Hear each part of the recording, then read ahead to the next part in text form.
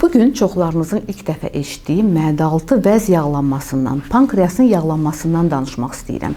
Bəli, biz qaraciyər yağlanmasından çox danışmışıq. Yaranma səbəbindən, qaraciyər yağlanmasının verdiyi problemlərdən, yaratdığı fəsadlardan. Bugün isə mədə-altı vəz yağlanmasından danışmaq istəyirəm.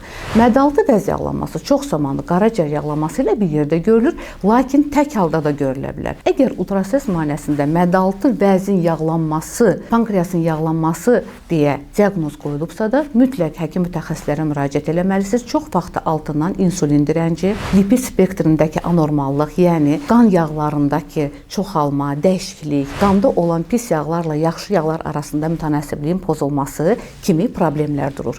Yəni altda yatan səbəb mütləq araşdırılmalıdır. Əgər vaxtında tədbir görülməsə, xroniki pankreatitə səbəb ola bilər. Az hallarda olsa, hətta pankreas xərçənginə kimi gətirib çıxarda bilər. Ona görə vaxtında düzgün diaqnoz qoyulmalı, düzgün tədbirlər görülməli, altda yatan səbəblər müalicə olunmalıdır.